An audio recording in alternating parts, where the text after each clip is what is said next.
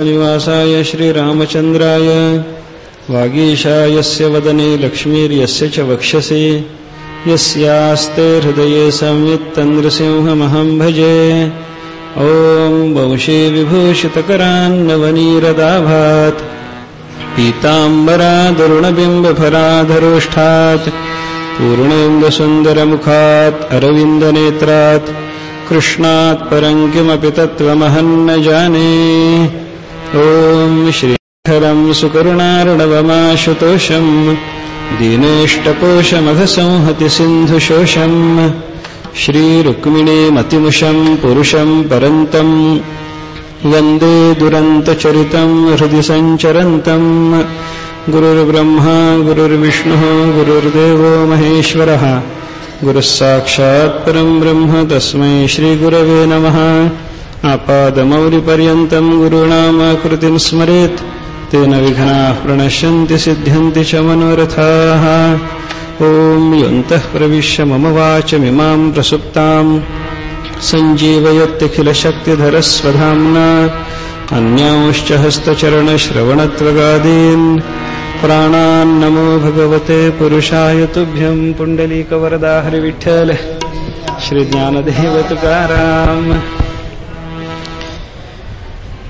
जन्माद्यस्य यतोऽन्वयादितरतश्चार्थेष्वभिज्ञस्वराट् तेने ब्रह्महृदायादिकवये मुह्यन्ति यत्सूरयः तेजोवारि मृदां यथा विनिमयो यत्र त्रिसर्गो मृषा धाम्ना स्वेन सदा निरस्तकुहकं सत्यं परं धीमहि। भागवत ग्रंथाच्या सुरुवातीला व्यासमहर्षींनी केलेलं हे जे मंगलाचरण आहे, या मंगलाचरणाच्या संदर्भातला थोडासा विचार आपला चालू आहे. मंगलाचरण कशासाठी करावं लागतं, कोण करतात, कोण करत नाहीत, न केल्यानं सुद्धा त्यांचा ग्रंथ कसा पूर्ण होऊ शकतो, एखाद्या महात्म्याने मंगलाचरण केलं तरी त्याचा ग्रंथ अपूर्ण कसा राहिला, त्याचं कार्य निर्विघ्नपणे सिद्धीला का गेलं नाही, अनेक पद्धतीचा विचार या मंगलाच्या संबंधातला आपण केला. मंगलाच्या काही क्रिया, मंगल विचार आणि मंगलाच्या संबंधात काही शब्दोच्चाराचं चिंतन, हे सगळ्याच्या सगळं आपण क्रमाक्रमानं पाहून आलो. अनेक पद्धतीचा विचार या मंगलाच्या संबंधामध्ये आपण केला. व्यास महर्षींनी केलेलं या मंगलाचरण जे आहे, या मंगलाचरणाचा अर्थ आपण थोडासा पाहत होतो आणि तो अर्थ पाहत असताना आपण थोडंसं मागच्या क्रमानं, उलट्या क्रमानं या अर्थाचा विचार चालवलेला आहे. पहिल्यांदा आपण धीमही शब्दाच्या संबंधात थोडंसं चिंतन केलं.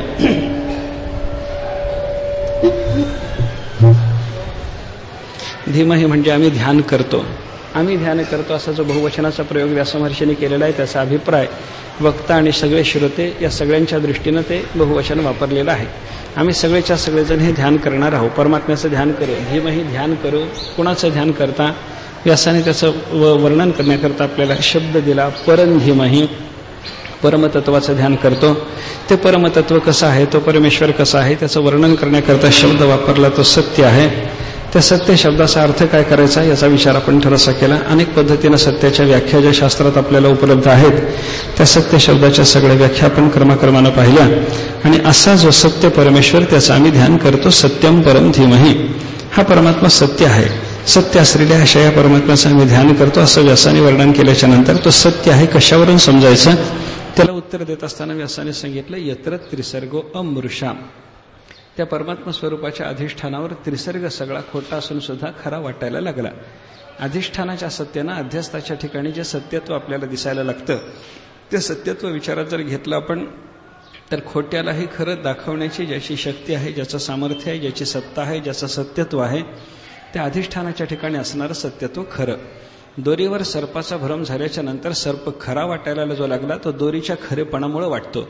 सर्पाच्या ठिकाणी खरेपणाचा आभास निर्माण करणारी जी दोरी आहे, ती दोरी खरी आहे, खऱ्या अर्थानं खरी आहे.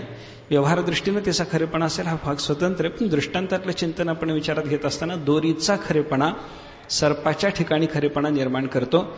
सर्पाच्या ठिकाणी, खोट्या सर्पाच्या ठिकाणी खरेपणा निर्माण करण्याची ज्या दोरीची ताकद आहे, त्या दोरीचा खरेपणा हा व्यवहार दृष्टीनं का होईना खरा खरेपणा मानावा लागतो. त्याप्रमाणे त्रिसर्गाचा विचार जर आपण केला, जागृती, स्वप्न, सुषुप्ती या सगळ्याच्या सगळ्या तीन अवस्था विचारात घ्या. या 3 अवस्थात प्राप्त होणारे विषय विचारात घ्या. या 3 अवस्थांचा भोग घेणारे त्या अवस्थाच्या अभिमानी विश्व तेजस प्राज्ञा विचारात घ्या. सत्व रज तम या 3 गुणाचा विचार करा. त्या 3 गुणापासून निर्माण होणारी सगळीच्या सगळी सृष्टी, तिला त्रिसर्ग म्हणा. असा त्रिसर्गाचा विस्तारपूर्वक जो विचार आहे हा सगळ्याच्या सगळ्या सृष्टीचा त्रिसर्ग या शब्दामध्ये अंतर्भाव करणारा विचार आहे. आणि अशी ही सगळीच्या सगळी सृष्टी ज्याच्या अधिष्ठानावर सत्य दिसते, वस्तुतः खोटी असून सत्य दिसायला लागते, म्हणजे खोट्या असलेल्या या सगळ्या त्रिसर्गाला खरं दाखवणं हे ज्याचं सामर्थ्य आहे त्या परमेश्वराच्या ठिकाणी निश्चित सत्यत्व आहे. तो परमात्मा, त्याचं आम्ही ध्यान करतो असं व्यासाने या ठिकाणी वर्णन केलेलं आहे. हा त्रिसर्ग परमेश्वराच्या ठिकाणी जो दिसायला लागला आणि तो सत्य वाटला, तो कसा दिसला आणि कशामुळे सत्य वाटला याचा विचार सांगत असताना व्यासाने सांगितलं या ठिकाणी विनिमय झाला म्हणजे अन्योन्याध्यास झाला. कसा अन्योन्याध्यास झाला त्याला दृष्टांत देत असताना सांगितलं तेजो वारी मृदाम यथा विनिमय. ज्याप्रमाणे तेज, जल आणि स्थल या तिघांचा परस्पराच्या ठिकाणी अन्योन्याध्यास होण्याची शक्यता आहे. दृष्टांताने त्याचा विचार पण पाहिला. तेजाच्या ठिकाणी जल आणि स्थलाचा भ्रम, जलाच्या ठिकाणी तेज आणि स्थलाचा भ्रम आणि स्थलाच्या ठिकाणी जल व तेजाचा भ्रम कसा होऊ शकतो हे दृष्टांताने आपण पाहिलं. या तिघापैकी प्रत्येक एकाच्या ठिकाणी प्रत्येक दोन्हीचा जो अध्यास व्हायला लागला याला म्हणायचा अन्योन्याध्यास. हा अन्योन्याध्यास जसा तेज, जल आणि स्थल यांच्या बाबतीमध्ये शक्य आहे, तो आपल्याला दृष्टांतानं दाखवणं शक्य आहे. हा जसा अन्योन्याध्यास झाला याच्या ठिकाणी ते आणि त्याच्या ठिकाणी हे जसं भासायला लागलं त्याप्रमाणे परमेश्वर आणि जग यांच्या बाबतीमध्ये विचार जर केला तर अन्योन्याध्यास दिसला. तो अन्योन्याध्यास म्हणजे काय? परमात्मा अधिष्ठानावर जगाचा अध्यास, जगाच्या अधिष्ठानावर परमात्म्याचा अध्यास असा दोन्ही पद्धतीनं तो अध्यास आहे.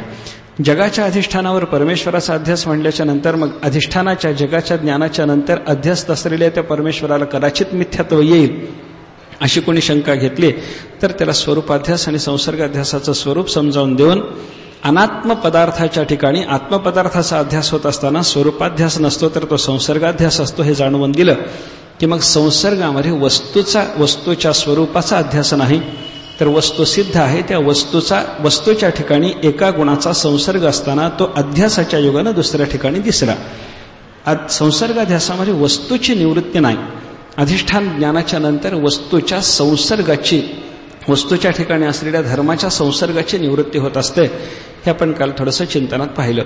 स्फटिकाच्या ठिकाणी लालपणाचा जेव्हा अध्यास झाला तेव्हा स्फटिकाच्या ज्ञानाच्या नंतर लालपणाचा अध्यास जो निवृत्त झाला तो लालपणाचा अध्यास निवृत्त झाला. लालपणा नष्ट झाला असं म्हणायचं कारण नाही.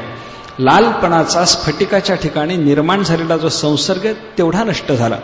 त्याप्रमाणे जगाच्या अधिष्ठानावर जेव्हा परमात्म्याचा अध्यास होतो तेव्हा जगाच्या ज्ञानाच्या नंतर परमात्म्याच्या ठिकाणी असणारी सत्यता संसर्गानं, अध्यस्त संसर्गानं जी जगाच्या ठिकाणी आपल्याला दिसायला लागलेली होती ती पुन्हा परमात्म्याच्या ठिकाणी जाते. स्फटिकाच्या ठिकाणी नसलेला लालपणा, फुलाच्या ठिकाणी असलेला लालपणा, स्फटिकाच्या ज्ञानाच्या युगानं तो लालपणा स्फटिकातून निघाला आणि त्याचा मूळ स्थानामध्ये आपल्याला बोध व्हायला लागला. त्याप्रमाणे जगाच्या ठिकाणी परमात्म्याचा अध्यास होत असताना जगाचं ज्ञान झाल्याच्या नंतर जगाच्या ठिकाणी नसलेली पण जगाच्या ठिकाणी दिसलेली अशा पद्धतीची जी सत्यता ती तिथून निघते आणि जिथं होती, जिथं आहे तिथं ते परमात्मा स्वरूपामध्ये आपल्याला प्रत्ययाला यायला लागते. असं सत्यतेचं चिंतन करत असताना आपल्याला संसर्गाध्यास, अन्योन्याध्यास, स्वरूपाध्यास आणि संसर्गाध्यास या दोन्ही प्रकारच्या अध्यासाचा उपयोग आहे. संसर्गाध्यासाचा विचार केला अनात्म पदार्थाच्या ठिकाणी आत्मवस्तूच्या अध्यासाचा विचार करत असताना सुद्धा इथलीच सत्यता, परमेश्वरगत सत्यता ती त्या जगाच्या ठिकाणी जी भासायला लागलेली होती तिथला त्या जगाच्या ठिकाणी भासणाऱ्या त्या सत्यतेचा संसर्ग निवृत्त होऊन ही सत्यता मूळ परमेश्वरामध्ये येणं, हे संसर्गाध्यासातून आपल्याला परमेश्वराच्या सत्यतेचं चिंतन करता येतं. आणि अधिष्ठान असलेल्या परमात्म्याच्या ठिकाणी जगाचा पसारा भासायला लागल्याच्या नंतर जगात नसलेली सत्यता त्या जगाला देण्याचं काम करणारं अधिष्ठान परमात्म तत्व आहे हा विचार केल्याच्या नंतर आपल्याला स्वरूपाध्यासाच्या योगानं सुद्धा परमेश्वराची सत्यता जाणवून घेता येते. स्वरूपाध्यासाचा विचार करा की संसर्गाध्यासाचा विचार करा, दोन्ही प्रकारच्या अध्यास चिंतनातून परमेश्वराची सत्यता अबाधित सिद्ध करता येते. हे आपण काल थोडंसं चिंतन केलं. आणि असा त्याच्या ठिकाणी अन्योन्याध्यासाच्या योगाने त्रिसर्ग सगळा खोटा असून खोटा नाही असं वाटायला लागलं. म्हणजे त्रिसर्गाला सत्यत्व देण्याची त्याची ताकद आहे. म्हणून तो परमात्मा सत्य असं परमेश्वराच्या सत्यतेचं चिंतन आपल्याला करता येतं. आता हे सत्यतेचं चिंतन झालं, अन्यन्याध्यासाच्या योगानं आपण सत्यतेचं चिंतन करू शकलो, त्रिसर्गार्थता देणारा म्हणून परमेश्वर सत्य असं आपण म्हणू शकलो. हे त्या परमेश्वराचं लक्षण झालं बरं का, हे स्वरूप लक्षण झालं. लक्षणाचा विचार करावा लागतो. एखादी वस्तू नुसती आहे म्हणून काम भागत नाही. शास्त्रकारांनी त्या संबंधामध्ये न्यायशास्त्रामध्ये असा विचार आलेला आहे, नाही प्रतिज्ञा मात्रेण वस्तुसिद्धी लक्षण प्रमाणाभ्याम वस्तुसिद्धी. न्यायशास्त्राचं चिंतन अशा पद्धतीचं आहे. एखादी वस्तू केवळ कोणी आहे म्हणतो आणि एखादी वस्तू कोणी केवळ नाही म्हणतो. त्याच्या केवळ आहे नाही म्हणण्यावरून त्या वस्तूचं अस्तित्व नास्तित्व सिद्ध करता येत नाही. वस्तू नुसती आहे म्हणलं, वस्तू आहे असं सिद्ध होत नाही. ती वस्तू आहे हे सिद्ध करण्याकरता दोन गोष्टीची गरज असते. एक लक्षण सांगावं लागतं आणि त्या वस्तूच्या बाबतीमध्ये प्रमाण द्यावं लागतं. लक्षण आणि प्रमाण या दोन गोष्टी ज्या वस्तूच्या बाबतीमध्ये उपलब्ध असतील ती वस्तू लाखो माणसाने नाही म्हणून जरी सांगितली तरी सिद्ध होते. आणि लक्षण प्रमाणाची उपलब्धी ज्या वस्तूच्या बाबतीमध्ये नाही ती वस्तू आहे असं म्हणायला कितीही लोक जरी तयार असले तरी त्या वस्तूचं अस्तित्व सिद्ध होत नाही. माया आहे, सत्य आहे असं म्हणणारे कितीही लोक जरी असले तरी मायेच्या अस्तित्वाच्या बद्दल लक्षणाची उपलब्धी जरी असली तरी प्रमाणाची उपलब्धी नसल्यामुळं माया आहे असं आपल्याला म्हणता येणार नाही. पण परमेश्वराच्या बाबतीमध्ये लक्षण आणि प्रमाण दोन्हीची उपलब्धता आपल्याला पाहायला सापडते. परमात्मा आहे की नाही याच्याबद्दल विचार करत असताना देवाचं पहिल्यांदा लक्षण पहा. काही लक्षण म्हणजे असाधारण धर्म. अन्य वस्तूच्या पासून ही वस्तू व्यावृत्त करण्याकरता म्हणून त्या वस्तूचाच असलेला जो असाधारण धर्म, जो वेगळा धर्म, जो बाकीच्या ठिकाणी नाही पण याच ठिकाणी राहण्याची शक्यता आहे, अशा पद्धतीचा धर्म त्याला म्हणायचं लक्षण. असं जे लक्षण वस्तूचं सांगायचं असताना त्या लक्षणामध्ये दोन प्रकार शास्त्रकारांनी आपल्याला सांगितलेले आहेत. एकाला म्हणतात स्वरूप लक्षण आणि एकाला म्हणतात तटस्थ लक्षण. वस्तूच्या स्वरूपामध्ये ज्या व्यावर्तक धर्माचा अंतर्भाव आहे आणि जो व्यावर्तक धर्म अन्य पदार्थाच्या पासून या वस्तूला, लक्ष्य वस्तूला आपल्याला वेगळा काढून दाखवण्याकरता समर्थ आहे त्याला म्हणा स्वरूप लक्षण. आणि जो धर्म वस्तूच्या स्वरूपात राहत नाही, वस्तूच्या संबंधानं राहतो आणि वस्तूच्या संबंधानं राहून अन्य वस्तूंच्या पासून त्या वस्तूला वेगळं करून दाखवतो, असा जो धर्म त्याला म्हणत तटस्थ लक्षण. तटस्थ लक्षण आणि स्वरूप लक्षण. लक्षण म्हणलं की ते व्यावर्तक एवढं लक्षात घ्या आणि मग ते व्यावर्तक असलेलं लक्षण कधी स्वरूपामध्ये अंतर्गत असेल कधी स्वरूपाच्या संबंधानं असेल, हा वेगळा विचार आहे. संबंधानं ते लक्षण राहायला लागलं की ते तटस्थ होतं आणि स्वरूपामध्ये त्या लक्षणाचा अंतर्भाव व्हायला लागला की ते लक्षण मात्र स्वरूप लक्षण ठरतं. व्यवहारातल्या साध्या उदाहरणानं जर सांगायचं झालं, एका माणसाने मंदिरात जाऊन दर्शन घ्यायचं ठरवलं. रामाचं मंदिर होतं. कधी त्याला रामाच्या मंदिरामध्ये दर्शनाला जायची सवय नाही. असा माणूस रामाच्या मंदिरामध्ये दर्शनाला जात असताना ज्याला राम मंदिरात दर्शनाला जाण्याची सवय आहे त्या माणसाला विचारायला लागला, इथं याच्या समोर 3 मूर्ती दिसतात, याच्यातला नेमका राम कोणता? त्याला माहितीच नाही. एक रामाची प्रतिमा असते, बाजूला लक्ष्मण असतात, एका बाजूला सीता मातोश्री असते, वामांगी सीता असते, दक्षिण बाजूला लक्ष्मण असतात, मध्यभागामध्ये राम असतात. ही राम मंदिरातली रचना कधी गेलाच नाही. राम मंदिरातलं दर्शन त्याला कधी माहीतच नाही. असा मनुष्य तिथे गेल्याच्या नंतर परिचित माणसाला विचारतो, यातला राम कोणता? राम कोणता म्हणल्याच्या नंतर मग त्याला लक्षण समजावून सांगावं लागतं. लक्षण सांगत असताना तो मनुष्य म्हणतो, इकडं उजव्या बाजूला जो गोऱ्या रंगाचा लक्ष्मण आहे, एका डाव्या बाजूला जी गोऱ्या रंगाची स्त्रीच्या आकाराची सीता आहे, या दोघांच्या मध्यभागामध्ये उभा असलेलं जे श्यामल तत्व आहे त्याला म्हणा राम. लक्षण झालं. राम त्याला जाणवून देण्याकरता, रामाचं स्वरूप त्याला लक्षात आणून देण्याकरता लक्ष्मणाच्या डाव्या बाजूला आणि सीतेच्या उजव्या बाजूला असं दोघांच्या मध्यभागात असलेलं जे प्रतिमा रूप आहे त्या प्रतिमा रूपाला तुम्ही राम समजा. रामाची ओळख झाली नाही याच्यातून? ओळख झाली. आणि या लक्ष्मणाच्या उजव्या बाजूला, डाव्या बाजूला, सीतेच्या उजव्या बाजूला जो आहे तो राम आणि जो श्यामल रूपाचा आहे तो राम. दोन्ही लक्षण आहेत. श्यामल रूपाचा जो आहे तो राम म्हणलं की स्वरूप लक्षण झालं. लक्ष्मणाच्या उजव्या बाजू, डाव्या बाजूला आणि सीतेच्या उजव्या बाजूला हे रामाचं लक्षण सांगितलं की ते तटस्थ लक्षण झालं. तटस्थ लक्षण हे बाजूला राहून आपल्याला वस्तूचा बोध करून देतं, वस्तूच्या स्वरूपात त्याचा अंतर्भाव होत नाही. एक वेगळ्या पद्धतीने चिंतन आपल्याला या तटस्थ आणि स्वरूप लक्षणाच्या बाबतीमध्ये असं करता येतं. स्वरूपात अंतर्गत होऊन जे इतर वस्तूपासून व्यावृत्त करणारं ते स्वरूप लक्षण, स्वरूपाच्या पेक्षा वेगळं राहून जे वस्तूला इतर वस्तूच्या पासून व्यावृत्त करून देणारं ते तटस्थ लक्षण. दोन्ही प्रकारची लक्षणं आपल्याला स्वरूप आणि तटस्थ ही या परमेश्वराच्या बाबतीमध्ये उपलब्ध असलेली पाहायला सापडतात. आणि त्या दोन्ही लक्षणाचा विचार या श्लोकामध्ये व्यासमहर्षींनी केलेला आहे असं आपल्याला चिंतन करता येतं. व्यासाने चिंतन असं सांगितलेलं आहे, तो परमात्मा सत्य आहे. आम्ही ज्याचं ध्यान करतो तो सत्य. परं धीमहि सत्यं धीमहि, त्या परमेश्वराचं आम्ही ध्यान करणार तो सत्य आहे. आता हे सत्य हे जे परमेश्वराचं सांगितलेलं लक्षण आहे ते स्वरूप लक्षण आहे. परमेश्वराच्या स्वरूपामध्ये सत्यतेचा अंतर्भाव आहे. तो सत्य आहे, तो चित्त आहे, तो आनंद आहे. श्रुतिमातेनं त्याचं वर्णन करत असताना असं लक्षण सांगितलं, सत्यम ज्ञानमनंतम ब्रह्म विज्ञानम आनंदम ब्रह्म. तो सत्य स्वरूपाचा, ज्ञान स्वरूपाचा, विज्ञान स्वरूपाचा, आनंद स्वरूपाचा असा तो परमात्मा आहे.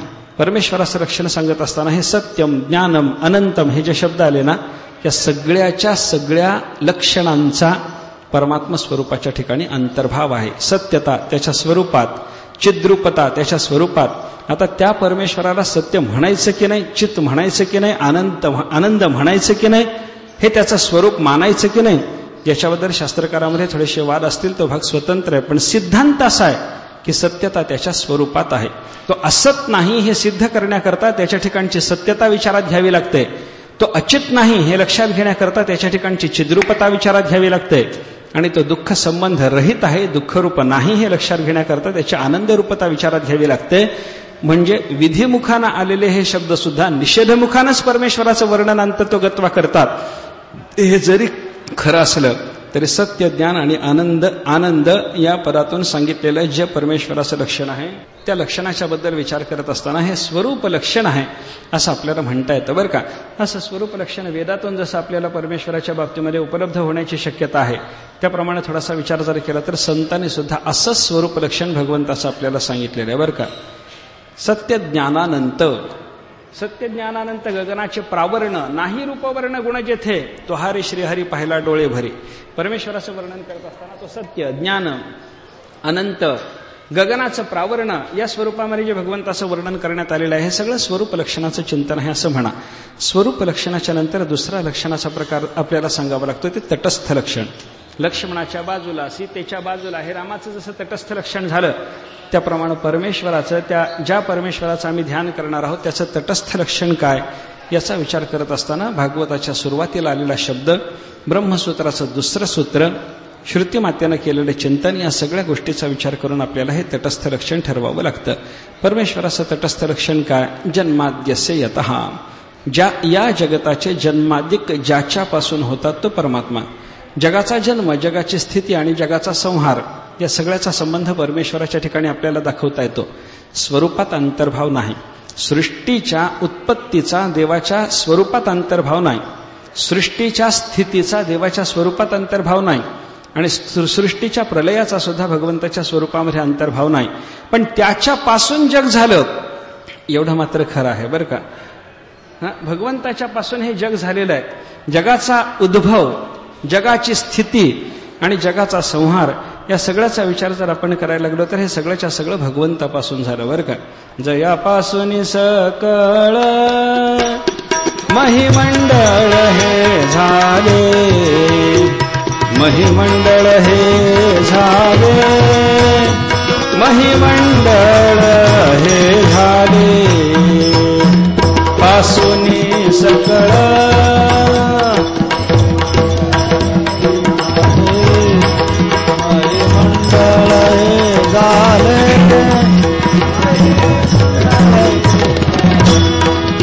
तो एक पंढरीचा राणा, पंढरीचा राणा, तो एक पंढरीचा राणा, तो एक पंढरीचा राणा, एक पंढरीचा राणा. नये अनुमाना श्रुतिसे, नये अनुमाना श्रुतिसे, नये अनुमाना श्रुतिसे. पंढरीचा राणा अनुमाना, नये अनुमाना, नये अनुमाना. जन्माद्यस्य यतः हे हे ब्रह्मसूत्र जो आशय व्यक्त करतं तोच आशय व्यक्त करणारा हा तुकाराम महाराजांचा चरण आहे असं आपल्याला म्हणता येतं. जया पासोनी सकळ यतः, त्याला पासोनी हा पर्याय शब्द तुकाराम महाराजांनी दिला. जया पासोनी म्हणजे यतः. हा हे महिमंडळ हे झाले. हा अस्य जन्मादी अस्य या शब्दातून सांगितलेलं जे जग आहे त्या जगाच्या जन्मादिकाचा संबंध परमेश्वराच्या ठिकाणी आहे असं सूत्राने सांगितलं.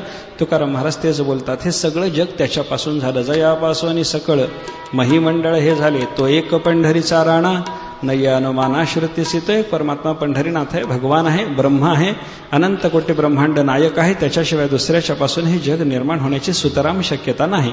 दुसरा कोणी जग निर्माण करत नाही, जग निर्माण करणारा तो. आता जगाच्या उत्पत्तीचा संबंध देवाशी जरी असला तरी स्वरूपात सृष्टीची उत्पत्ती नाही.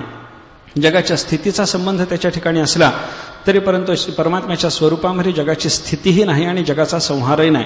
उत्पत्ती, स्थिती आणि संहार यांचा विचार करत असताना हे सगळे देवाच्या संबंधाने राहणारे, पण उत्पत्ती, स्थिती आणि संहार हे भगवंताला इतर पदार्थाच्या पासून व्यावृत्त करून देणारे असं असल्यामुळे ज्याच्यापासून उत्पत्ती, ज्याच्या ठिकाणी स्थिती आणि ज्याच्या ठिकाणी सृष्टीचा प्रलय असं जर देवाचं लक्षण सांगण्यात आलं तर त्या लक्षणाला तटस्थ लक्षण म्हणावं हे आपल्याला लक्षात घेता येण्यासारखं आहे. श्रुती मातेनं वर्णन करत असताना असंच वर्णन केलेलं आहे. यतो वा इमानी भूतानि जायन्ते येन जातानि जीवन्ते यत् प्रयन्त्यभिसंविशन्ते तद्विजिज्ञासस्व तद्ब्रह्म. तैत्तिरीय उपनिषदामध्ये आलेलं वर्णन आहे. श्रुती मातेनं असं सांगितलं, यतः वा इमानी भूतानि जायन्ते, ज्याच्यापासून ही सगळीच्या सगळी भूत जन्माला येतात. येन जातानि जीवन्ते, जन्माला आलेली सगळीच्या सगळी भूत ज्याच्या योगानं जिवंत राहतात, जगतात, त्यांची स्थिती होते, टिकणं घडतं. आणि यत् प्रयंती अभिसंविशन्ते, प्रलय कालामध्ये ज्याच्या ठिकाणी ही सगळीच्या सगळी सृष्टी लयाला जाणार आहे तद्विजिज्ञासस्व, त्या तत्वाला तू जाणून घे, तेच परब्रह्म तत्व आहे असं श्रुतीमातेनं वर्णन केलेलं आहे. आता उत्पत्ती, स्थिती आणि संहार हे त्या परमेश्वरापासून होतात. हे देवाचं जे लक्षण आहे तटस्थ लक्षण आहे. श्रुतीनं हेच तटस्थ लक्षण सांगितलं. जन्माद्यस्य यतः या सूत्रामध्ये तेच तटस्थ लक्षण आलं. जयापासून सकळ महिमंडळ हे झाले. तो एक पंढरीचा राणा म्हणून तुकाराम महाराजांनी सुद्धा तेच लक्षण आपल्याला सांगितलेलं आहे. असा तटस्थ लक्षणाचा विचार सुद्धा या सूत्रामध्ये आपल्याला पाहायला सापडतो. सगळं जग याच्यापासून निर्माण झालं. आता याच्यापासून सगळं जग झालं असं म्हणण्यामध्ये अजून एक अभिप्राय आपल्याला दाखवता येतो बरं का. ज्याच्यापासून उत्पत्ती झाली त्याची उत्पत्ती झालेलीच आहे असं नाही. जगामध्ये असं एक चिंतन आपल्याला करता येतं, ज्याच्यापासून काहीतरी उत्पन्न होतं, जे उत्पन्न झालेलं आहे त्याच्या बाबतीमध्ये उत्पत्ती स्थितीचा विचार करता येतो. पण ज्याच्यापासून हे सगळं व्हायला लागलेलं आहे त्याच्या बाबतीमध्ये उत्पत्तीचा प्रत्येक वेळेला विचार करता येईलच असं नाही. जे उत्पन्न झालं त्याला स्थिती संहार म्हणा. ज्याच्यापासून हे व्हायला लागलं त्याच्या बाबतीमध्ये उत्पत्ती, स्थिती, संहाराचा विचार आपल्याला काही वेळेला करता येईल, काही वेळेला करता येत नाही. एका माणसाच्या पासून एक मुलगा जन्माला आला, जन्माला येणाऱ्या त्या मुलाच्या बाबतीमध्ये उत्पत्ती, स्थिती, संहाराचा विचार करता येतो. तसा तो ज्याच्यापासून जन्माला आला त्या बापाच्या बाबतीतही उत्पत्ती, स्थिती, संहाराचा विचार आहे. पण कारण परंपरेमध्ये आपण मागं जसं जाऊ तसं शेवटचं जे कारण आहे त्या कारणाच्या बाबतीमध्ये जर आपण विचार करायला लागलो तर त्याच्यापासून पुढं कार्य आहे, पण तो मात्र कोणाच्यापासून उत्पन्न झाला असं आपल्याला दाखवता येणार नाही. कारणाच्या बाबतीमध्ये अशा पद्धतीचा विचार करता येतो. पृथ्वी उत्पन्न झाली, उत्पन्न होणारी पृथ्वी कोणापासून झाली याचा विचार जर केला तर आपापासून झाली. आपापासून उत्पन्न होणाऱ्या पृथ्वीचा विचार जर आपण करायला लागलो तर तिचा बाप आपल्याला सापडतो. पृथ्वी ज्याच्यापासून जन्माला झाली ते आप ज्याच्यापासून जन्माला आलं ते तेज, तेजाचा विचार करत असताना तेज ज्याच्यापासून जन्माला आलं तो वायू ज्याच्यापासून जन्माला आला ते आकाश ज्याच्यापासून जन्माला आलं ते प्रधान, प्रकृती, माया काय असेल ते. माया ज्याच्या ठिकाणी दिसली, प्रत्ययाला आली, ती उत्पन्न झाली नाही, ती प्रत्ययाला आली. ती ज्या ठिकाणी प्रत्ययाला आली ते अधिष्ठान परमात्म तत्व. त्या अधिष्ठान परमात्म तत्व याचं दिसणं किंवा जन्मनं कुठून झालं बोला, काही सांगता येत नाही. म्हणून त्याच्यापासून सगळं झालं ना. ज्याच्यापासून थोडंसं होतं त्याच्याही बाबतीमध्ये उत्पत्तीचा विचार आहे, पण ज्याच्यापासूनच सगळं झालं त्याच्या बाबतीमध्ये उत्पत्तीचा विचार नाही. परमात्म्याच्या बाबतीमध्ये विचार करा आणि एका सामान्य माणसाच्या बाबतीत विचार करा. एका सामान्य माणसापासून थोडं उत्पन्न झालं, एक मुलगा धृतराष्ट्र असला तरी 100, फार नाही. 100 म्हणजे अल्पच की नाही हो. अनंत कोटी ब्रह्मांडातल्या अनंत जीवाच्या अपेक्षेनं 100 पोरं झाली तरी अल्पच ना, अल्प. मग अशी अल्प उत्पत्ती करण्याचं ज्याचं सामर्थ्य आहे, ज्याच्यापासून अल्प होतं, अल्प ज्याच्यापासून झालेलं आहे त्याच्याही उत्पत्तीचा विचार आहे. पण ज्याच्यापासून सगळंच झालं, तुकाराम महाराजांचा शब्दप्रयोग कसा आहे, जयापासून सकळ शब्दाला महत्व आहे. महिमंडळ हे झाले, सगळं त्याच्यापासून झालं. हो, सगळं जर त्याच्यापासून झालेलं असेल तर त्याला उत्पन्न करणारा मागं कोणी दाखवता येत नाही. म्हणजे जन्माद्यस्य यतः या तटस्थ लक्षणानं 2 गोष्टी आपल्याला जाणवून दिल्या. देवाच्या पासून सगळं झालं हेही जाणवून दिलं, तो कोणापासून झाला नाही हेही जाणवून दिलं. जन्मादि अस्य, जन्म आदि शब्दातून उत्पत्ती, स्थिती आणि संहार या तिन्हीचा संबंध अस्यच्या बाबतीत आहे, जगाच्या बाबतीत आहे. हे म्हणून सांगण्यासारखं जे आहे त्या जगाच्या बाबतीमध्ये उत्पत्ती, स्थिती, संहाराचा विचार आहे, ज्याला हे म्हणून दाखवता येत नाही. बरं का, महिमंडळ हे झाले पण तो एक पंढरी सारणा, तो मात्र तो सांगितलाय, हे नाही. जगाच्या बाबतीत तुकाराम महाराजांचा शब्द हे, महिमंडळ हे झाले, आणि देवाच्या करता तुकाराम महाराज शब्द वापरतात तो एक पंढरी सारणा, तो म्हणजे तत्पद लक्ष. तो शब्दातून तो इदंतेला वाच्य नाही, ही गोष्ट तुकाराम महाराजांनी आपल्याला जाणवून दिलेली आहे. मला काय सांगायचं आहे, जे अस्य या शब्दातून इदंतेनं जाणून घेण्यासारखं जग आहे त्याच्या बाबतीमध्ये उत्पत्ती, स्थिती इत्यादिकाचा विचार करता येतो. त्याच्या मागं असलेलं परमकारण असलेला परमात्मा, त्या परमकारणापासूनच सगळं झालेलं असल्यामुळं त्या परमेश्वराच्या बाबतीमध्ये जन्मादिकाचा विचार करता येत नाही. इदम जन्मादिमत भवती. बरं का, टीकाकारांनी असा विचार सांगितलेला, इदम जे आहे ते जन्मादिमत भवती, पण हे इदम यतः भवती तन्न जन्मवान. हे इदन ज्याच्यापासून जन्माला आलं, इदंतेला वाच्य असलेल्या सगळ्या वस्तू ज्याच्यापासून जन्माला आल्या, तो परमेश्वर मात्र जन्मादिवान नाही. त्याला जन्माचा विचार त्याच्या बाबतीमध्ये आपल्याला करता येत नाही. जन्माचाच विचार नाही तर स्थितीचा कुठला, आणि स्थितीचाच विचार नाही तर संहाराचा कुठला. जन्म आणि संहार यांच्या सापेक्षतेनं स्थितीचा विचार आहे. परमात्मा सदासर्व काळ असल्यामुळे त्याला नित्य म्हणा, स्थिती नाही त्याची. ज्याला जन्म आणि ज्याला संहार, त्या जन्म आणि संहाराच्या मधल्या काळामध्ये असणं जे आहे, जे विद्यमान राहणं आहे, त्याचं नाव आहे स्थिती. ज्याला जन्म नाही, ज्याला संहार नाही, त्याचं विद्यमान असणं जरी असलं तरी त्याला स्थिती म्हणत नाहीत, त्याला काय म्हणायचं, नित्यता. परमेश्वराची नित्यता आणि आपली मात्र स्थिती आहे. आपली स्थिती का, जन्म आणि संहाराच्या मधला काळ आपल्याला आहे म्हणून आपली स्थिती. जन्म आणि संहाराच्या अपेक्षा वाचून विद्यमान राहणं परमेश्वराचं असल्यामुळं परमेश्वराची नित्यता. असा वेगळा विचार आपल्याला या संदर्भामध्ये करता येणं शक्य आहे. बरं का, हे जग त्याच्यापासून झालं. जन्म वगैरे जगताचे सगळेच्या सगळे जे झालेले ते परमेश्वराच्या पासूनच झाले. काही लोकांचं असं म्हणणं आहे, हे जग निर्माण झालं, गोष्ट खरी आहे. हे जग दिसतं हे खरं आहे, पण या जगाच्या बाबतीमध्ये कोण्या कर्त्याची गरज आहे असं मात्र आपल्याला म्हणता येणार नाही. जग निर्माण झालं पण कोणी करता नाही. जगाच्या बाबतीमध्ये कर्त्याचा विचार आपल्याला करता येणार नाही. जगाला कोणी करता नाही. काही लोकांचं म्हणणं असं आहे. पण काही लोकांनी मात्र सिद्धांत समजावून देताना असं सांगितलेलं आहे की बाबा जगाच्या बाबतीमध्ये कर्त्याचा विचार आपल्याला करावाच लागतो. बरं का, अनुमान याच्याकरता असं स्थापित केलेलं एक वेदांतामध्ये, क्षित्यंकुरादिकम सकर्तृकम कार्यत्वात घटवत. बरं का, क्षिती वगैरे हे सगळेच्या सगळे जे पदार्थ आहेत, पृथ्वी वगैरे जे सगळे पदार्थ आहेत, हे सगळेच्या सगळे पदार्थ कसे आहेत, सकर्तृक आहेत. यांच्या बाबतीमध्ये कोणीतरी करता आपल्याला मानावा लागतो. पृथ्वी वगैरे सगळेच्या सगळे जे पदार्थ आहेत ते मात्र सकर्तृक आहेत. त्यांच्या बाबतीमध्ये कर्त्याचा विचार आपल्याला करावा लागतो. कशा करता यांना मानता, त्यांनी हेतू दिला कार्यत्वात. ज्या अर्थी यांच्या ठिकाणी कार्यत्व आहे, ज्या अर्थी या वस्तू काही काळपर्यंत टिकतात आणि काही काळाच्या नंतर संहाराला प्राप्त होतात, हे स्थिती आणि संहाराचं चित्र या वस्तूंच्या बाबतीत जर आपल्याला दिसत असेल तर यांना उत्पत्तीही मानली पाहिजे. आणि ज्या अर्थी यांना उत्पत्ती मानावी लागते त्या अर्थी ती उत्पत्ती करणारा कोणीतरी मानावा लागतो. सकर्तृक यांची उत्पत्ती झाली, सकर्तृकतेनं झाली. कोणीतरी यांना रचलं. कसं रचलं, घटाधिक पदार्थाच्याकडे बघा. घटाधिक पदार्थ ज्या अर्थी कार्य आहे त्या अर्थी त्या कार्याला उत्पन्न करणारा कोणीतरी करता, हा जसा आपण स्वीकारतो त्याप्रमाणे पृथ्वी वगैरे पदार्थाच्या ठिकाणी जर कार्यता असेल तर ती कार्यता ज्याच्या योगानं सिद्ध झालेली आहे असा करता कोणीतरी मानावा लागतो. असं अनुमान स्थापित केलं. करता कोण, सकर्तृकता वस्तूला असणं म्हणजे काय, सकर्तृकता असतं म्हणजे कर्तृजन्यता असणं.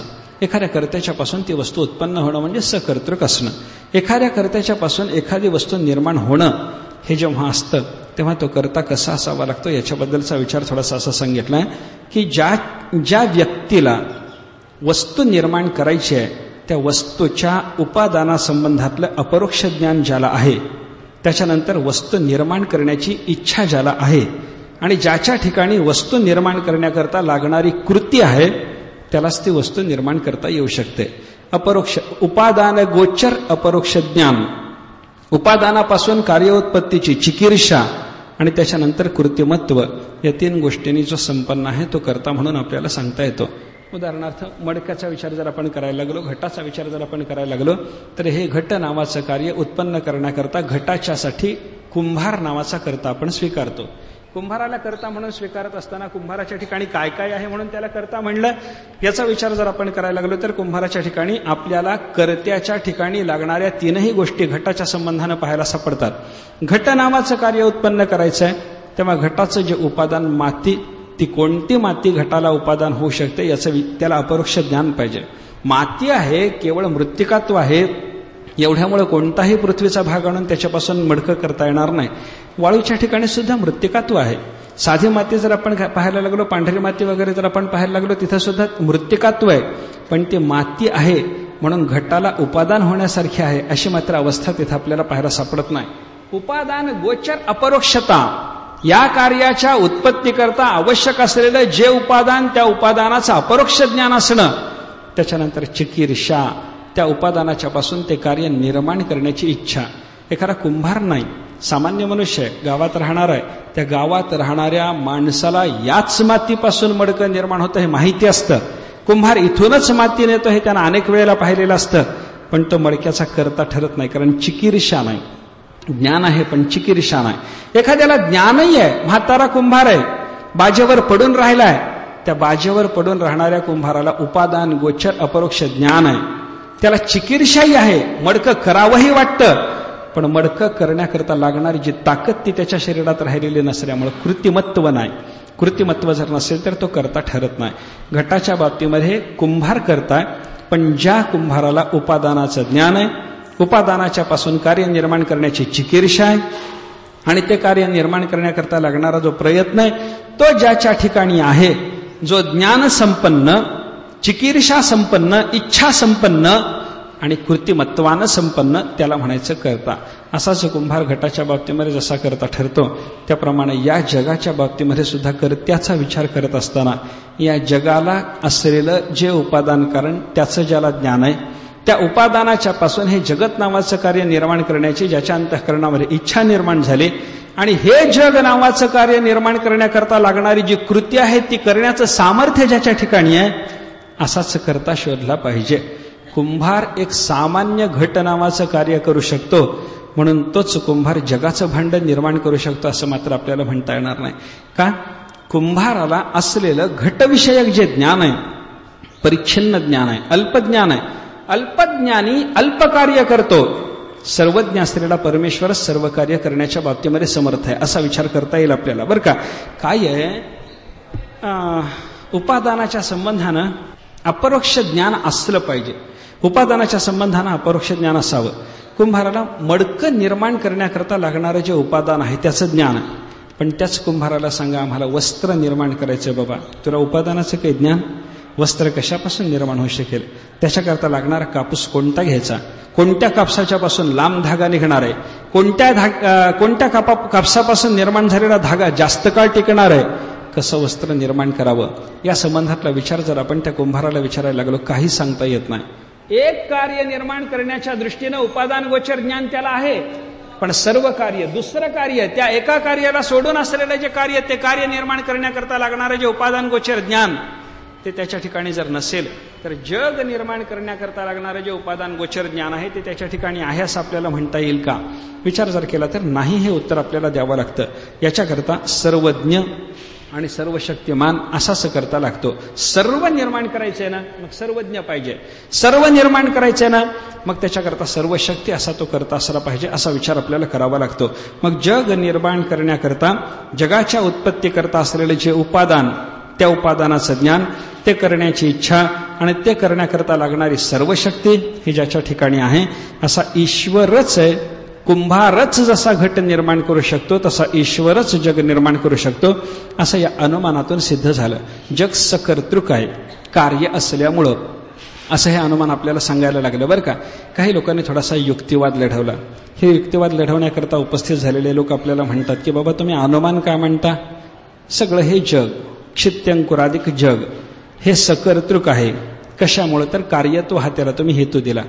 कार्यत्व हा हेतू देण्याच्या पेक्षा याला हेतू थोडासा तुम्ही बदलला तर, कार्यत्वच ज्याच्या ठिकाणी आहे असंच सिद्ध करणारा हेतू द्यायचा, पण हेतू थोडासा बदला, आम्ही तुम्हाला हेतू शोधून देतो. या लोकांनी आपल्याला हेतू सांगितला. कार्यत्वात असं म्हणण्याच्या पेक्षा शरीरजन्यत्वात म्हणा. कार्यत्वात म्हणण्याच्या पेक्षा शरीरजन्यत्वात म्हणा.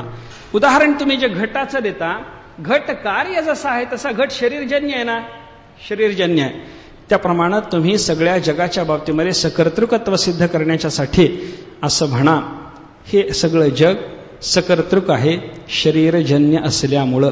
असं जर तुम्ही हेतू दिला तर, कार्यत्वात असं म्हणण्याच्या पेक्षा शरीरजन्यत्वात असं जर तुम्ही म्हणायला लागला तर सिद्धांतांनी सांगितलं असं चालत नाही म्हणे. का तुम्ही आमच्या या अनुमानाच्या सिद्धी करता जगाला सकर्तृक सिद्ध करण्याकरता म्हणून कार्यत्वात हा हेतू जो आम्ही देतो तोच बरोबर आहे.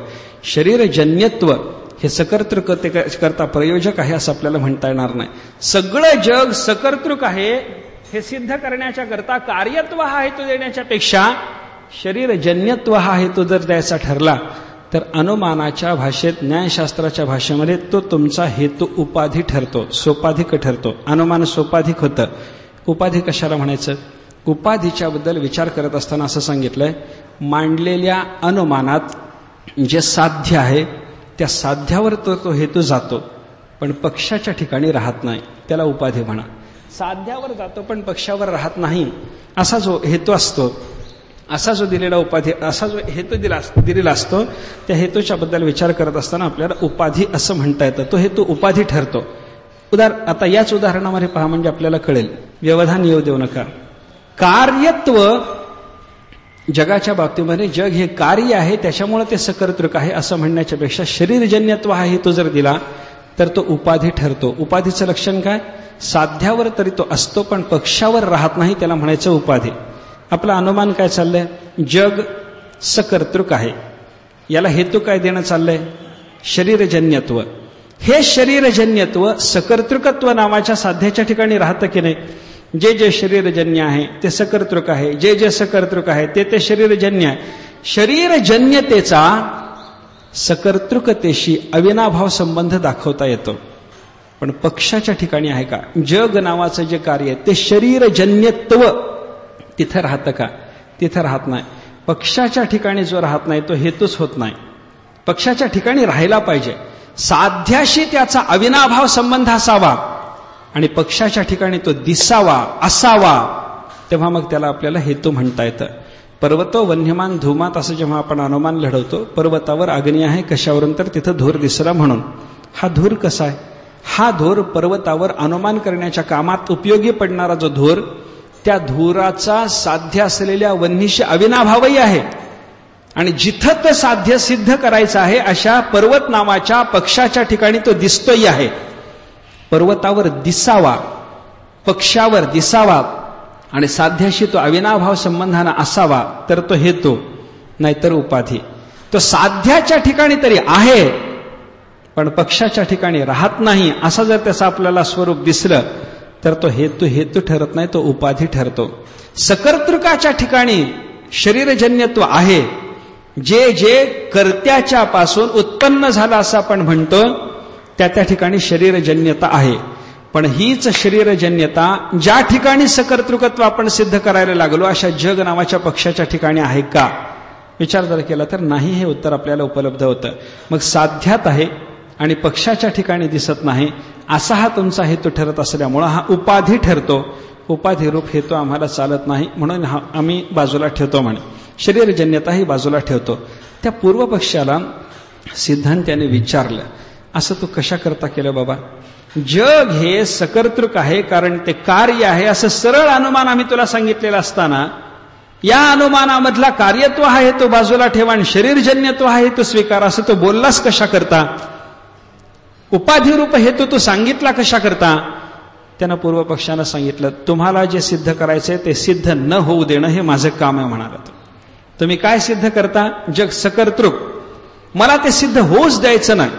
म्हणून तुमच्याच अनुमानाचा विचार करत असताना तुम्ही जो हेतू दिला, तुमच्या हेतू सारखाच दिसणारा पण तुमच्या नेमकं विरुद्ध सिद्ध करणारा असा उपाधिरूप हेतू हुडकून मी तुम्हाला सांगितला. तुमची बुद्धी विचलित करायचा प्रयत्न आहे माझा. काय केलं तो पूर्वपक्षी म्हणतो, कार्यत्व शरीरजन्यत्व जवळजवळ दिसलं ना? दिसलं. कार्य आहे म्हणजे कदाचित शरीरजन्य आहे असं असतं ना? असतं. म्हणून कार्यत्वात या हेतूच्या ऐवजी शरीरजन्यत्वात हा हेतू स्वीकारायला तुम्ही तयार कदाचित व्हाल ना? शक्यता आहे, कदाचित आम्ही तयार होऊ. झालं काय याच्यानं? तो म्हणतो, असं एकदा झालं, शरीरजन्यत्व हा उपाधिरूप हेतू तुम्ही तुमच्या अनुमानात सकर्तृकत्व जगाचं सिद्ध करण्याकरता एकदा स्वीकारला की मला माझं सिद्ध करता येतं. काय? जग सकर्तृक नाही हे सिद्ध करता येतं. कसं काय? नियम न्यायशास्त्राचा असा आहे, उपाधिरूप जो हेतू असतो त्या उपाधीच्या अभावामध्ये, उपाधीच्या अभावात साध्याचा अभाव सिद्ध करता येतो. उपाधी काय? शरीरजन्यता. शरीरजन्यता या उपाधीचा अभाव म्हणजे काय? शरीरापासून अजन्यता. हा उपाधीचा अभाव आम्ही तुम्हाला दाखवला की तुमच्या अनुमानामध्ये जे तुमचं साध्य आहे जगाला सकर्तृकता सिद्ध करणं, त्याचा अभाव म्हणजे जग अकर्तृक आहे हे मला सिद्ध करता येतं. कसं? अनुमान मांडून बघा. उपाधीचा अभाव साध्याचा अभाव सिद्ध करणारा आहे की नाही? अनुमान मांडून बघा. कसं मांडायचं अनुमान? इदम जगत पक्ष घ्या. इदम जगत म्हणजे हे जग कसं आहे? अकर्तृकम, कर्त्यापासून निर्माण झालेलं नाही, कर्तृजन्य नाही. का बाबा? शरीर अजन्यत्वात. उपाधीचा अभाव दाखवायचा आहे ना. हेतू काय द्यायचा आता? उपाधीचा अभाव. उपाधीच्या अभावाला हेतू करण्याच्या योगानं उपाधी देऊन जे साध्य तुम्ही सिद्ध केलं होतं, उपाधिरूप हेतू स्वीकारून जे साध्य तुम्ही सिद्ध करू शकत होता, उपाधीचा अभाव देऊन मी ते तुमचं जे साध्य आहे त्या साध्याचा अभाव सिद्ध करतो. जगाच्या बाबतीमध्ये शरीरजन्यता नाही म्हणून हे जगत कर्तृजन्य नाही असं मला म्हणता येतं. हे मला सिद्ध करायचंय. आणि हे सिद्ध करण्याकरता शरीर अजन्यता हा हेतू माझ्या अनुमानामध्ये आणून बसवण्याकरता, हे शरीर अजन्यता हे तुमच्या अनुमानाच्या जवळ आणून बसवण्याकरता तुमच्या अनुमानामध्ये कार्यत्वात या हेतूच्या ऐवजी मी शरीरजन्यत्वात हा हेतू तुम्हाला दाखवला. बुद्धी विचलित करण्याचा प्रयत्न. सिद्धांताने सांगितलं, ठीक आहे, चांगलं अनुमान लढवलं. हे जग आम्ही काय म्हणतो? कर्त्यानी केलं. कशावरून? कार्य आहे म्हणून. तू काय म्हणतोस? हे जग कर्त्यानी केलं नाही. कशावरून? शरीरापासून अजन्य आहे म्हणून. तुझं अनुमान असं आहे ना? आता आम्हाला बोल, हे जगत शरीरापासून अजन्य आहे म्हणून कर्तृजन्य नाही हे सिद्ध करण्याचा जो तुझा प्रयत्न आहे, त्याच्यामध्ये शरीरापासून अजन्य असं शरीर एक विशेषण जोडण्याच्या ऐवजी नुसतं अजन्य म्हणलं तरी तुझं काम भागतं. हे जग कर्तृजन्य नाही, अजन्य असल्यामुळं. शरीर विशेषण जोडतोस कशाला? अजन्य असल्यामुळं. ते उत्पन्न होत नाही, अजन्य आहे. आणि अजन्य असल्यामुळं या जगताच्या बाबतीमध्ये कर्तृजन्यता, कर्त्यानं रचलेलं असणं, सकर्तृकता ही मानायची गरज नाही. हे तुला सिद्ध करता येणार नाही का? सिद्ध करता येतं. मग हे शरीर विशेषण कशा करता जोडलं? तो म्हणतो त्याचं कारण आहे. काय कारण आहे? शरीर हे विशेषण जर जोडलं नाही तर माझ्या अनुमानामध्ये दोष येतो. काय दोष येतो? स्वरूपासिद्धी नावाचा दोष येतो. स्वरूपच सिद्ध होत नाही. म्हणजे काय? स्वरूपासिद्धी दोषाचं लक्षण देताना न्यायशास्त्र असं म्हणतं, जो हेतू दाखवता तो हेतू पक्षावर अजिबात नसणं हा स्वरूपासिद्धी नावाचा दोष आहे. उदाहरण काय? न्यायशास्त्राने त्याच्याकरता उदाहरण दिलं, हृदः द्रव्यम धूमात. एक पाण्याचा डोह. या पक्षाच्या ठिकाणी सिद्ध काय करायला लागले? द्रव्यत्व.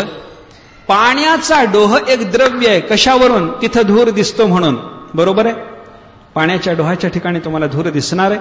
धूमात हा जो हेतू दिला, हा हेतू पक्षाच्या ठिकाणी जर राहत नसेल पक्षाच्या ठिकाणी न राहणारा हेतू जर दिला तर त्या हेतूला हेतू हे स्वरूप सिद्ध होतं का? हेतू हे स्वरूप सिद्ध होत नाही. हेतू हे स्वरूप जर त्याचं सिद्ध होत नसेल तर स्वरूपासिद्धी हेतूच्या बाबतीतला दोष आमच्या अनुमानामध्ये येईल की नाही? येईल. तसं जग अकर्तृक आहे, जगाला कोणी करता नाही हे सिद्ध कराय करता मी अजन्यत्व एवढाच जर हेतू दिला तर हे अजन्यत्व जग नावाच्या पक्षाच्या ठिकाणी बसत नाही. जसा धूर नावाचा हेतू डोहावर बसत नाही त्याप्रमाणे अजन्यता नावाचा हेतू जगताच्या ठिकाणी बसण्याची शक्यता नाही. मग अजन्यता जगाच्या ठिकाणी राहतच नसेल, पक्षवृत्तीता दिलेल्या हेतूला येतच नसेल तर स्वरूपासिद्धी नावाचा दोष येतो ना. मग हा टाळायकरता विशेषण दिलं. अजन्य नाही, शरीरापासून अजन्य. कशापासून तरी जन्य असेल पण शरीरापासून अजन्य म्हणून अकर्तृक असं म्हणलं. ठीक आहे म्हणा. सिद्धांतांनी सांगितलं अजन्यत्व असं म्हणूनही तुझं काम भागेल असं आम्हाला वाटलं होतं, पण अजन्यत्व असा एवढाच हेतू स्वीकारण्यामध्ये स्वरूपासिद्धी नावाचा दोष येत असल्यामुळे तो टाळाय करता शरीर अजन्य असं तुला हेतूचं स्वरूप ठरवावं लागलं. आता आम्हाला बोल, हे विशेषण जोडून, शरीर हे विशेषण जोडून तू तुझ्या हेतूच्या ठिकाणी येणारा स्वरूपासिद्धी नावाचा दोष जरी बाजूला सारलेला असला तरी शरीर या विशेषणानं व्यावृत्ती कोणाची केली बोल. कारण विशेषण व्यावर्तक पाहिजे. व्यावृत्ती केल्याच्याशिवाय विशेषणाला अर्थ नाही. काळं कापड म्हणल्याच्या नंतर काळं कापड या विशेषणानं पांढऱ्या कापडाची व्यावृत्ती करणार आहे ना. जर ते व्यावृत्ती करणारं नसेल विशेषणाची गरज आहे का? कापडाला काळं कापड म्हणता येईल, फुलाला निळं फुल म्हणता येईल, तुळशीला हिरवी तुळस म्हणता येईल कारण कृष्ण तुळस थोडीशी निळसर असू शकते. पण दुधाच्या बद्दल बोलत असताना कोणी पांढरं दूध म्हणतं का? म्हणत नाही. दुधाला पांढरं हे विशेषण जोडायची गरजच नाही कारण दुसऱ्या रंगाचं दूधच नाही. अन्य वर्णाचा तसाच पदार्थ जर असला तर त्याची व्यावृत्ती करण्याकरता विशेषणाची गरज. तसाच तोच पदार्थ दुसऱ्या रूपात जर आपल्याला उपलब्ध होण्याची शक्यता नसली विशेषणाची गरज नाही. मग शरीर हे अजन्यत्व हेतूला जोडून दिलेलं जे विशेषण आहे या विशेषणानं व्यावृत्ती कुणाची झाली बोल. जर व्यावृत्ती कुणाचीही झालेली नसेल तर विशेषण वाया जातं. आणि जर कुणाची व्यावृत्ती होत असेल तर शरीरापासून अजन्य असलेलं जग शरीरापासून जो व्यावृत्त झाला त्याच्यापासून जन्य ठरलं की नाही? लक्षपूर्वक आहे का? अजून एकदा सांगतो. शरीर हे जग, अनुमान काय चाललंय हे एकदा अजून पहा. हे संपूर्ण जगत अकर्तृक आहे, त्याला कोणी करता नाही का? शरीरापासून अजन्य म्हणून. या शरीर नावाच्या विशेषणानं जो व्यावृत्त झाला असा कोणी मानायचा की नाही हा प्रश्न आहे. जर कोणाचीही व्यावृत्ती झाली नाही तर विशेषण वाया गेलं की नाही? गेलं. पण शरीर विशेषणानं व्यावृत्ती जर एखाद्याची होत असली तर जो पदार्थ शरीरापासून अजन्य आहे तोच पदार्थ शरीरापासून व्यावृत्त होणाऱ्या पदार्थापासून जन्य मानावा लागेल ना. लक्षात आलं ना? असं होईल ना. जे शरीरापासून अजन्य ते शरीर या शब्दानं व्यावृत्त होणाऱ्या कोणत्या तरी पदार्थापासून जन्य ना. जन्य आहे. उदाहरणानं सांगतो. एका माणसाचा परिचय देत असताना हे कोण? एकाने सांगितलं अमक्याचे भाऊ, दुसऱ्याने सांगितलं अमक्याचे नाही, अमक्याचे नाहीत, रामरावचा भाऊ नाही. याचा अर्थ कृष्णरावचा तरी आहेच ना. कृष्णरावचा नाही, हरिपंताचा तरी आहेच ना. एकाचा भाऊ नाही म्हणजे दुसऱ्या कोणाचा तरी तो भाऊ आहे ना. एक गृहस्थ मनुष्य आहे, अमक्या एका बाईचा तो नवरा नाही पण पोराला सोबत घेऊन आला म्हणजे याला नक्की बायको आहे. कोणत्या तरी बाईचा हा नवरा आहे ना. हिचा नाही, तिचा आहे ना. व्यावृत्ती करता जोडलेलं जे विशेषण असतं त्या विशेषणानं जो व्यावृत्त होणारा पदार्थ, तो व्यावृत्त होणारा पदार्थ पुढच्या संबंधाचा विरोधी अर्थ आपल्याला देण्याच्या करता समर्थ असतो. थोडंसं इथं चिंतन आता लक्षात घ्या. शरीरापासून जो पदार्थ अजन्य आहे, शरीर या शब्दानं ज्याची व्यावृत्ती झालेली आहे त्याच्यापासून तो अजन्यचा विरुद्ध अर्थ म्हणजे जन्य हे आपल्याला देण्याच्या करता समर्थ आहे असं आपल्याला मानावं लागतं. जो पदार्थ शरीरापासून जन्मला नाही तो शरीरापासून भिन्न असलेल्या एखाद्या पदार्थापासून जन्मणार आहे. मग तो जो पदार्थ तोच आमचा परमात्मा आहे असं आम्ही जर म्हणलं तर काय बिघडतं बोला. म्हणून पूर्व पक्षीला सिद्धांतांनी सांगितलं स्वरूपासिद्धी दोष येण्याकरता शरीर विशेषण जोडलं पण ते व्यर्थ गेलं. त्या विशेषणाच्या जोडण्यातून तुला जगताचं अकर्तृकत्व सिद्ध करायचं होतं पण ते अकर्तृकत्व काही सिद्ध झालं नाही. इदम जगत अकर्तृकम शरीरजन्यत्वात शरीराजन्यत्वात वगैरे वगैरे तू जे बोलत होतास ते सगळं खोटं आहे. आम्ही जे सांगतो तेच खरं आहे. इदम जगत सकर्तृकम कार्यत्वात घटवत हेच आमचं अनुमान बरोबर आहे. जग कार्य आहे आणि कार्य असल्यामुळे ते उत्पन्न झालेलं आहे एवढी गोष्ट आपल्याला लक्षात घ्यायला पाहिजे. मग हे उत्पन्न झालं कार्य आहे याला जन्म आहे. मग याचा जन्म कुणापासून झाला याचा विचार करायकरता याच्या उपादानाचं ज्याला ज्ञान आहे याच्या उपादानापासून हे कार्य सिद्ध करण्याची ज्याला इच्छा आहे आणि हे कार्य करण्याकरता लागणारी ताकद व क्रिया ज्याच्या ठिकाणी आहे तो जगताचा कर्ता म्हणा. घट नावाचं कार्य निर्माण करण्याकरता अल्पज्ञ अल्पशक्ती करता चालला पण जगाचा पसारा निर्माण करण्याकरता अल्पज्ञ अल्पशक्ती करता चालत नाही. तो सर्वज्ञ सर्वशक्ती मानावा लागतो. असा या जगाचा करता आहे असं आपल्याला सिद्ध करून देण्याकरता हे अनुमान उपयोगी पडतं. जग हे जन्मादि अस्य यतः हे सगळं जग ज्याच्यापासून जन्मात दिक्काला आलं म्हणजे जन्मलं स्थिती पावलं आणि संहाराला गेलं त्याला परमेश्वर म्हणा. हे देवाच्या बाबतीतलं तटस्थ लक्षण आहे. अजून एक विचार आपल्याला थोडासा करता येण्यासारखा आहे. आपण काय म्हणलं एखादी वस्तू आहे म्हणण्यानं ती सिद्ध होत नाही. त्या वस्तूला लक्षण आणि प्रमाण द्यावं लागतं. लक्षणाचा विचार आपण पाहिला. देव आहे की नाही लक्षण आहे. देवाच्या बाबतीमध्ये लक्षण नावाच्या प्रमाणाची उपलब्धी आहे. लक्षण उपलब्ध झालं काय उपलब्ध झालं सत्यत्व हे स्वरूप लक्षण उपलब्ध झालं. जन्माद्यसे येत आहे त्याचं तटस्थ लक्षण उपलब्ध झालं. स्वरूप आणि तटस्थ लक्षणानं लक्षित होणारा तो परमात्मा आपल्याला लक्षणानं जसा सांगता आला तसं देवाच्या बाबतीमध्ये काहीतरी प्रमाण पाहिजे. देव आहे वस्तू आहे हे सांगायकरता प्रमाण पाहिजे. आप्ताचं प्रमाण पाहिजे. मोठ्याचं प्रमाण पाहिजे. साधूचं प्रमाण पाहिजे. सत्य भाषण करणाऱ्याचं प्रमाण पाहिजे. खोटं बोलणाऱ्या एखाद्या माणसाने काहीतरी सांगितलं म्हणून ते खरं आहे असं नाही. एका माणसानं तुम्हाला एक हातात समजा पेटी आणून दिली तुम्हाला सांगितलं की बाबा याच्यामध्ये 10 हिरे आहेत तुम्ही मला 10 लाख रुपये द्या. त्याच्यावर विश्वास ठेवून त्याला 10 लाख रुपये द्यायचे नसतात. पण परम आप्त असलेल्या संतांनी तुम्हाला जर सांगितलं की बाबा हे असं असं आहे तर ते तसं मानायला पाहिजे. प्रमाण त्याला म्हणतात. आप्तवाक्य जे आहे त्याला प्रमाणता आहे. इतराच्या वाक्याला प्रमाणता नाही. वेदाचा शास्त्राचा संताचा शब्द प्रमाण आहे. मग देवाच्या बाबतीमध्ये देवाचं अस्तित्व सिद्ध करून देणारा असा काही आप्ताचा शब्द आहे का. देव आहे असं कोणी सांगतं का. संत महात्मे सांगतात आपल्याला महाराज देव आहे देव आहे देव आहे देव आहे जवळी आम्हांतर बाहे जवळी आम्हांतर बाहे